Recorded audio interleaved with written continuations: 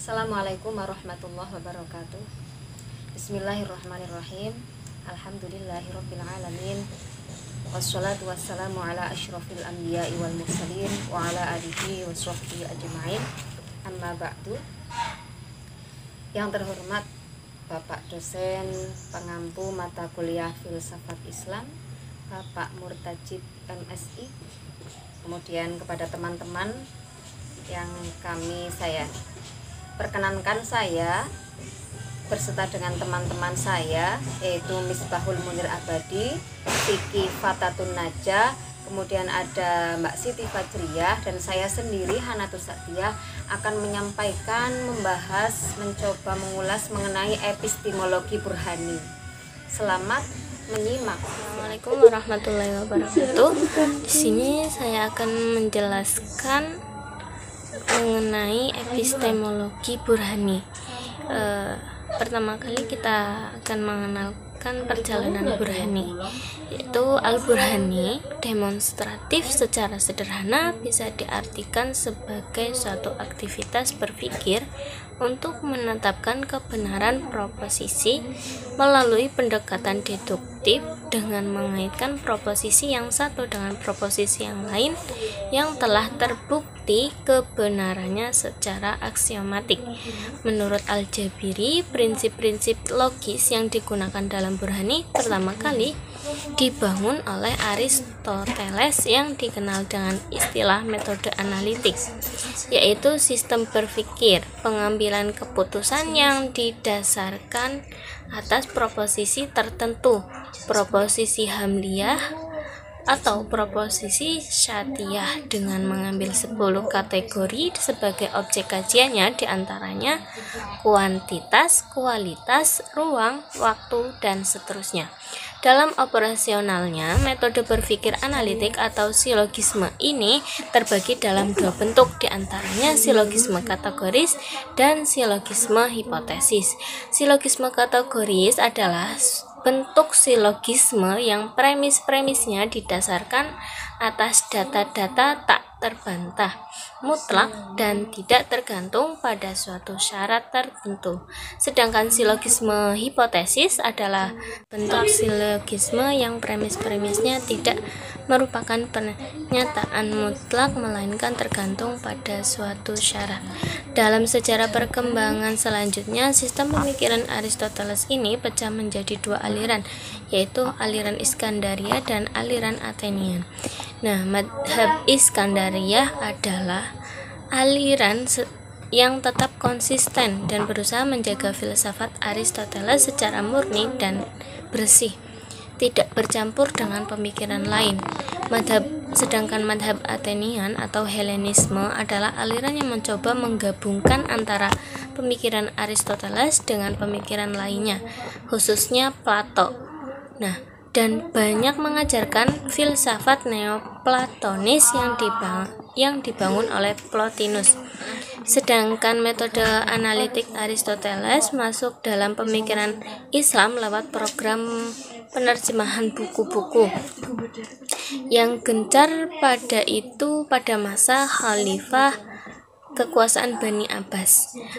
Pada masa Khalifah Al-Maknun, suatu program yang oleh Al-Jabiri dianggap sebagai tonggak penting sejarah pertemuan pemikiran epistemologi Burhani Yunani dengan epistemologi Bayani Arab. Menurut Hashmi, program penerjemah ini begitu besar dan serius sehingga sampai dibentuk sebuah tim khusus yang bertugas melewat ke negeri-negeri sekitar untuk mencari buku pengetahuan apa saja yang pantas diterjemahkan dan dikembangkan. Pada fase-fase berikutnya, metode Burhani telah digunakan tidak hanya oleh filosof tetapi juga oleh para fuqaha seperti Al-Jahiz pada tahun 781 sampai 868 Masehi dan Al-Satibi pada 1336 sampai 1388 Masehi. Juga kalangan sufi falsafi seperti Suhawardi pada 1000 1153 sampai 1191 Masehi dan Ibnu Arabi pada 1165 sampai 1240 Masehi. Bahkan juga digunakan oleh tokoh-tokoh yang menolak filsafat seperti Al-Ghazali pada tahun 1058 sampai 1111 Masehi untuk melandingkan gagasan-gagasannya. Lanjut ke materi bahasa dan logika. Salah satu persoalan yang dikaji dan muncul dalam Burhani adalah masalah bahasa dan logika. Masalah ini muncul ketika terjadi perdebatan tentang kata dan makna antara Abu Sa'id Al-Sirafi pada tahun 893 Masehi sampai 979 Masehi dan Abu Birs Mata pada tahun 870 sampai 940 Masehi. Menurut Al-Syirafi, kata muncul lebih dahulu daripada makna dan setiap bahasa lebih merupakan cerminan dari bahasa masyarakat masing-masing. Sebaliknya, menurut Abu Birs Mata, makna adalah lebih dahulu dibandingkan kata. Begitu pula logika muncul lebih dahulu daripada bahasa. Makna dan logika inilah yang menentukan kata dan bahasa, bukan sebaliknya. Perbedaan perspektif dalam diskusi tersebut sesungguhnya juga menunjukkan perbedaan tradisi atau budaya masing-masing. Dalam tradisi Arab yang bayani, apa yang disebut sebagai pemikiran lebih diarahkan pada tindakan dan penjelasan tentang bagaimana sesuatu itu mesti dilakukan. Sementara dalam tradisi Burhani, pemikiran berkaitan dengan upaya mencari sebab dari sesuatu, mencari sesuatu yang belum ada, atau mencari alasan mengapa sesuatu itu mesti dilakukan. Ketiga yaitu silogisme Burhani. Sistem utama penalaran Burhani adalah silogisme, tetapi bukan berarti setiap silogisme itu adalah menunjukkan Burhani ya. Dalam bahasa Arab, silogisme diterjemahkan dengan qiyas atau al-qiyas al-jam'i, yang artinya itu mengumpulkan atau mengacu pada makna asal, mengumpulkan. Secara istilah, silogisme adalah suatu bentuk argumen di mana dua proposisi yang disebut premis dirujukan bersama sedemikian rupa sehingga sebuah keputusan konklusi pasti menyertai. Selanjutnya, sebelum melakukan silogisme ada 3 tahapan. Tahapan yang pertama yaitu tahap pengertian atau makulat. Terus tahap yang kedua tahap pernyataan atau ibarat, dan tahap yang ketiga adalah tahap penalaran atau tahlilat.